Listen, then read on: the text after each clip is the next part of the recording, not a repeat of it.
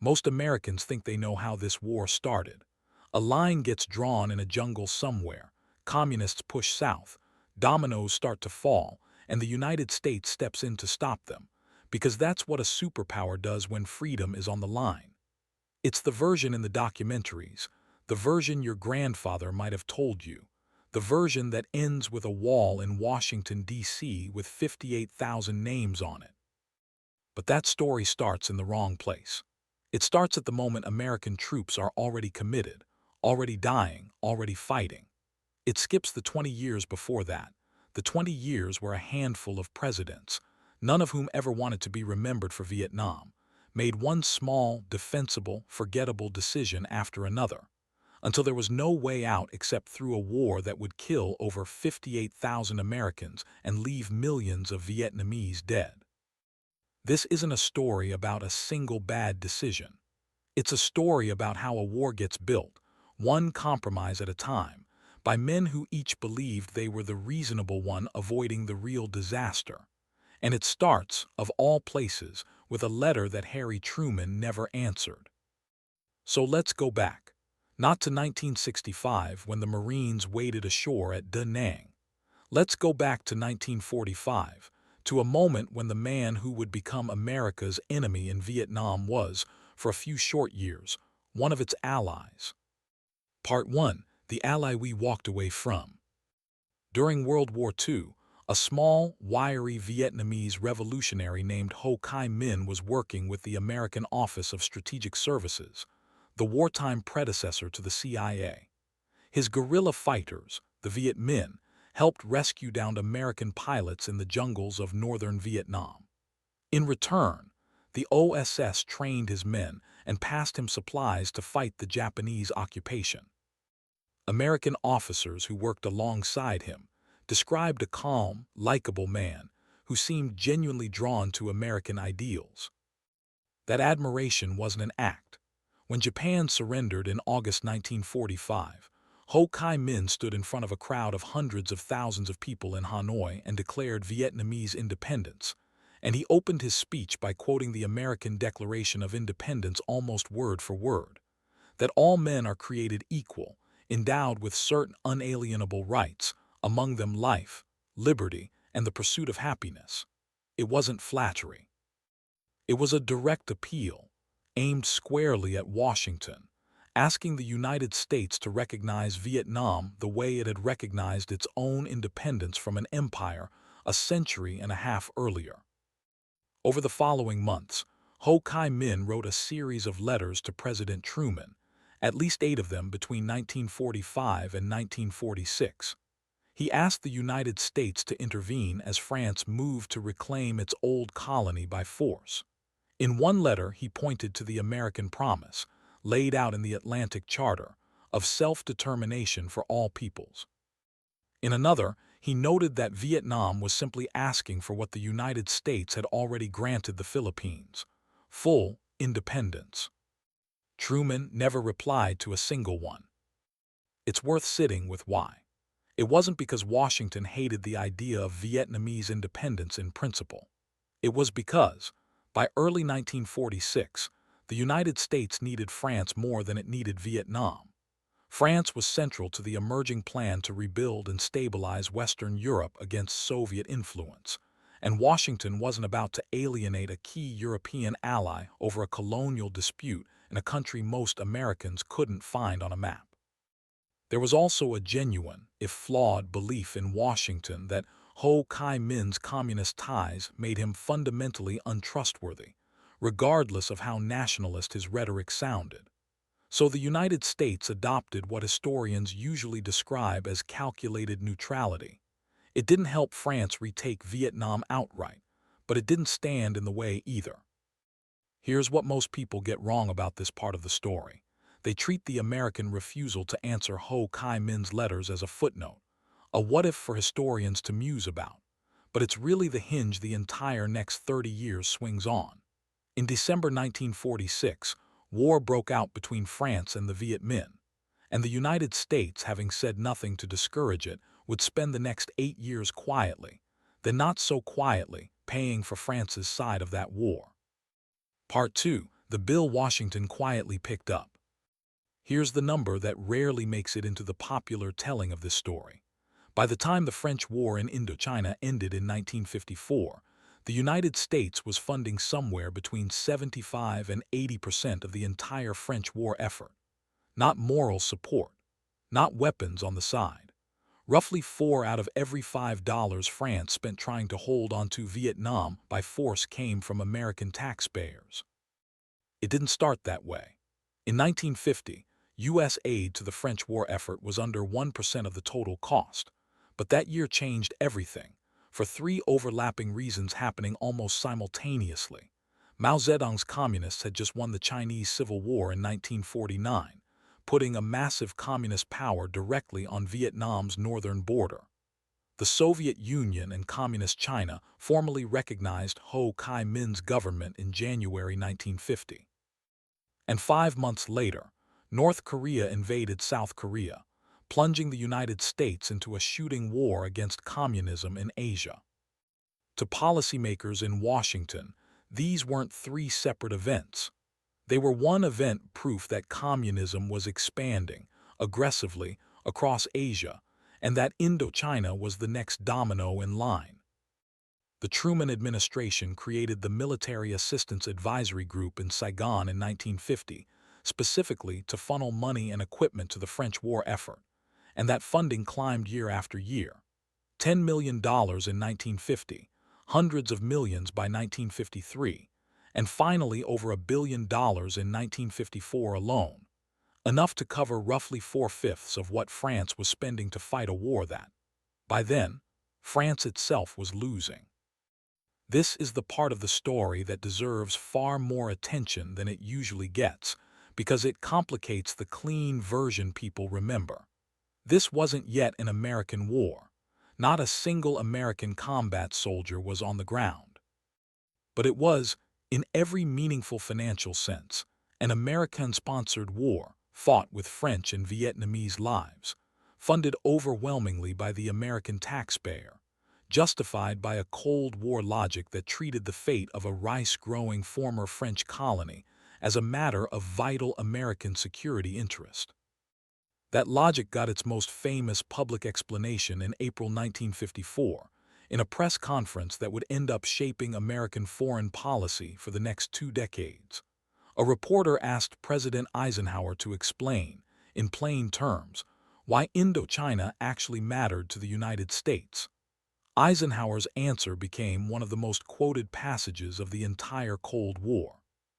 He said you had to think about it in terms of what he called the falling domino principle. You have a row of dominoes set up. You knock over the first one, and what will happen to the last one is the certainty that it will go over very quickly.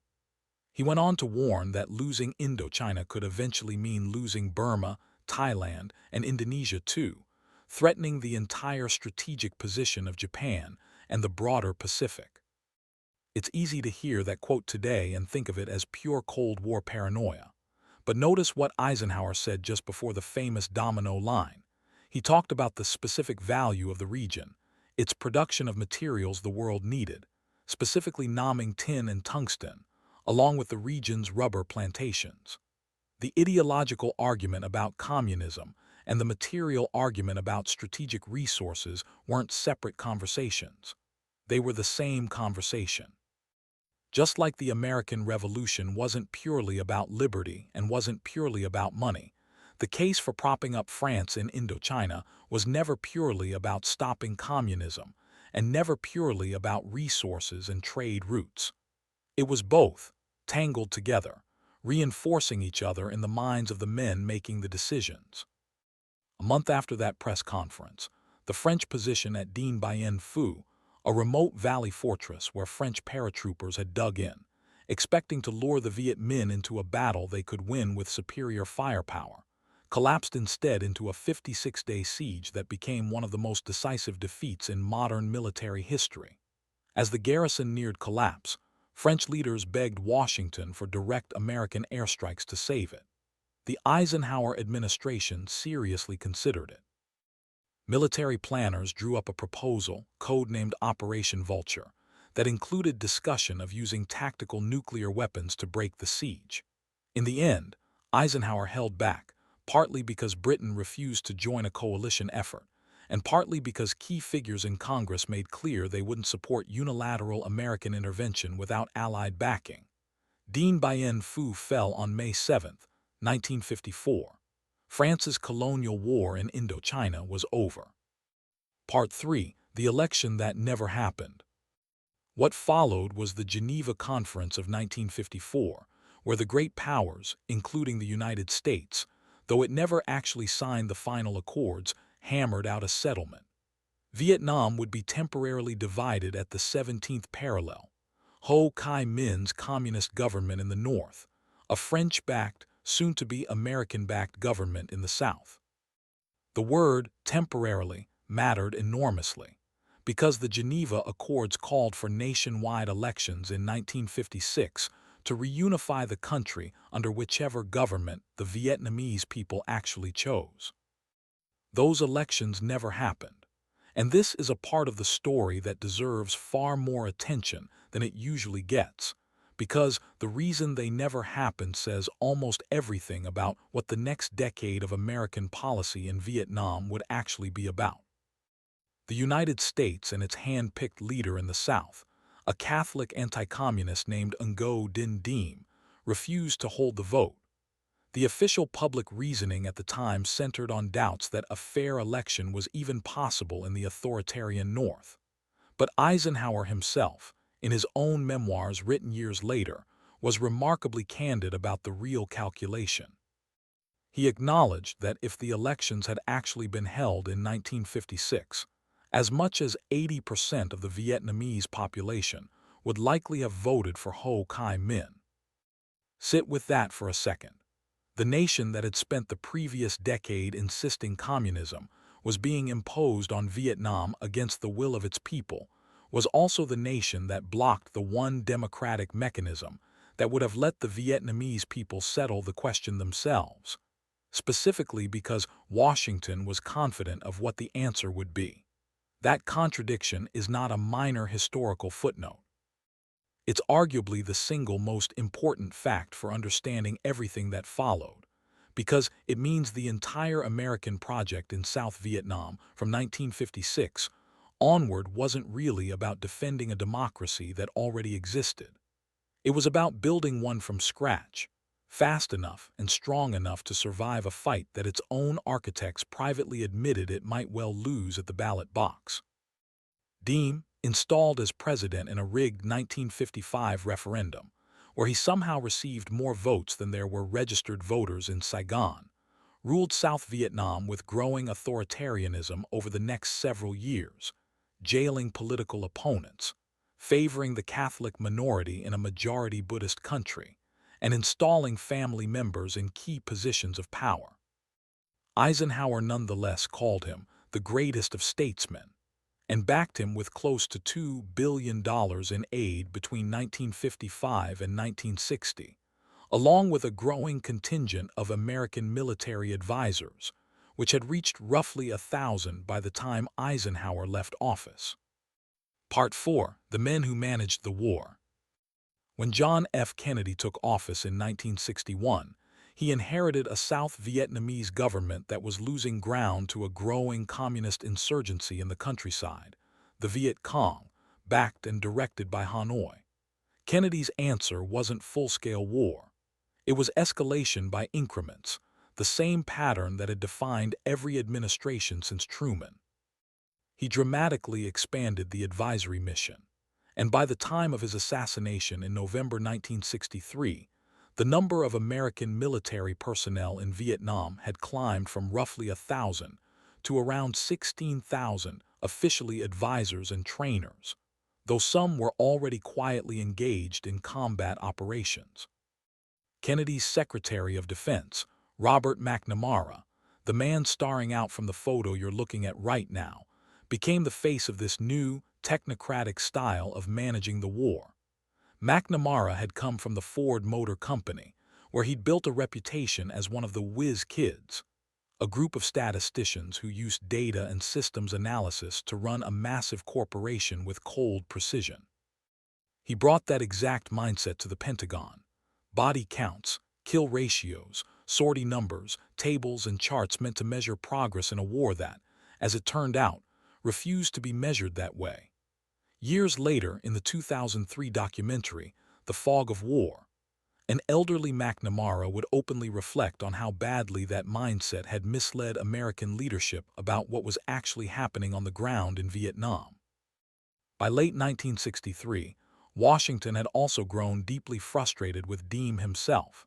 His repression of Buddhist protesters, his refusal to reform, his family's tightening grip on power. In August 1963, after Diem's forces raided Buddhist pagodas and killed protesters in the city of Hue, the Kennedy administration quietly signaled its support for South Vietnamese generals plotting a coup. On November 2, 1963, those generals overthrew Diem's government and murdered both Diem and his brother. Kennedy himself was assassinated just 20 days later, leaving the messy aftermath of a coup Washington had encouraged to his successor, Lyndon B. Johnson. Part 5. The incident that wasn't quite what America was told.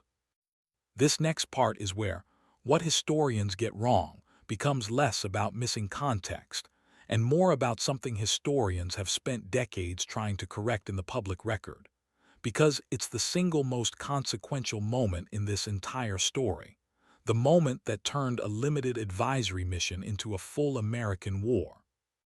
In early August 1964, the U.S. destroyer USS Maddox was operating in the Gulf of Tonkin off the coast of North Vietnam, gathering electronic intelligence as part of a program that was quietly coordinated alongside covert South Vietnamese commando raids against North Vietnamese coastal targets.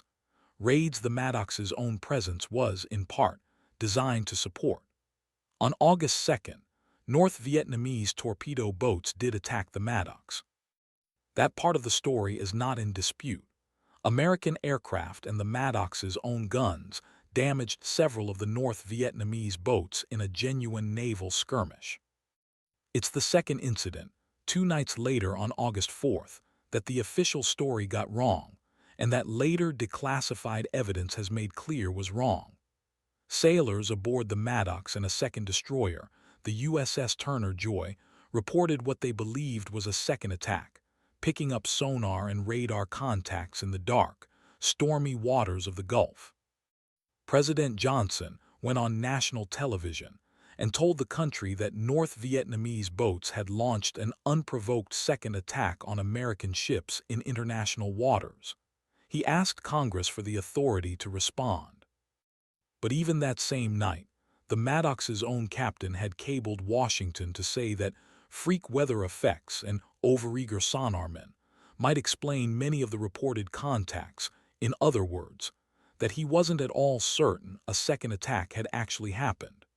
Defense Secretary McNamara did not pass that doubt on to President Johnson before Johnson addressed the nation. Decades later, a declassified 2005 National Security Agency historical study, based on a comprehensive review of the signals intelligence from that night, concluded plainly that the August 2nd attack was real, but that the August 4th attack never happened at all. The NSA's own historian found that agency analysts had, in the chaos and pressure of the moment, misattributed and misread intercepted communications in a way that created the appearance of a second attack that simply wasn't there. Robert McNamara himself, in that same 2003 documentary, later admitted flatly, it didn't happen.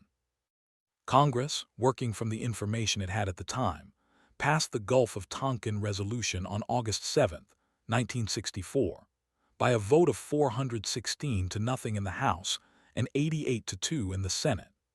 That resolution gave President Johnson sweeping authority to take all necessary measures to repel any attack on American forces and prevent further aggression in Southeast Asia, with no formal declaration of war required. It became the legal foundation for everything that followed. The sustained bombing campaign against North Vietnam that began in 1965, and the deployment of the first American combat troops to Da Nang that March. Within 3 years, more than 500,000 American troops would be serving in Vietnam. To be fair to history here, it's worth being precise about what the evidence actually shows and doesn't show. The declassified record demonstrates a real and serious failure. A false narrative was passed to Congress and the public, and doubts that existed at the time were not surfaced. What the record doesn't clearly show is a single, cold, premeditated lie invented from nothing. Some historians argue the confusion reflected the genuine chaos of processing conflicting intelligence in real time, even as the political incentive to see an attack that would justify escalation almost certainly shaped how that confusion got resolved. Both of those things can be true at once, and a fair telling of this story should hold both. Part 6. Putting the threads together. So let's pull all of this together, because the honest version of how America went to war in Vietnam isn't a single betrayal or a single lie. It's a 20-year accumulation of individually defensible decisions that added up to something none of the 5 presidents involved ever explicitly chose. You had a wartime alliance with Ho Chi Minh that Washington simply let expire, followed by a decade of silence in response to his direct appeals for American support. You had a French colonial war that the United States backed almost entirely with its own money, justified by a genuine and widely shared fear of communist expansion across Asia, but also explicitly tied to the strategic value of the region's tin, tungsten, and rubber. You had a democratic election, promised in an international agreement, that the United States and its own hand-picked ally in Saigon blocked, not because they doubted democracy, but because they were confident of exactly what democracy would produce. You had a technocratic style of war management, epitomized by a defense secretary who came from the world of corporate statistics, that measured progress in numbers that didn't capture what was actually happening in Vietnamese villages. And you had a naval incident, real in its first half and almost certainly fabricated by confusion and institutional pressure in its second half, that Congress used as the legal basis to hand a president virtually unlimited authority to wage a war it never formally declared. None of this erases the genuine ideological conviction that ran through every administration involved, the real, widely shared belief among American policymakers that communism was an expansionist threat that had to be contained somewhere, and that Vietnam had become the place where that line would be drawn. Historians who study this era generally agree that Cold War ideology wasn't a cover story invented to disguise other motives. American leaders across 5 administrations, from both political parties, genuinely believed they were preventing a chain reaction that could destabilize all of Southeast Asia. It's also worth resisting the urge some retellings lean into, where the entire war gets reduced to a cynical scheme cooked up by defense contractors and resource-hungry planners. That version is too simple too, and it flattens the real, sincere anti-communist conviction that drove men like Eisenhower and Kennedy and Johnson, whatever else was also true about their decisions. The honest picture is messier than either extreme. Genuine ideological conviction, real strategic and material interests, institutional momentum, where each president found it easier to slightly deepen a commitment he inherited than to be the one who lost Vietnam on his own watch. And at critical moments, information that was distorted, withheld, or simply wrong, presented to the American public and to Congress as far more certain than it actually was. And it's worth remembering, the way any honest telling of this story has too, who actually paid the price for those 20 years of incremental decisions. Not the men in the briefing rooms drawing dominoes on a map. The roughly 2.7 million Americans who served in Vietnam, a disproportionate number of them drafted from working-class families who didn't have access to the college deferments that let wealthier and better-connected young men avoid the draft entirely.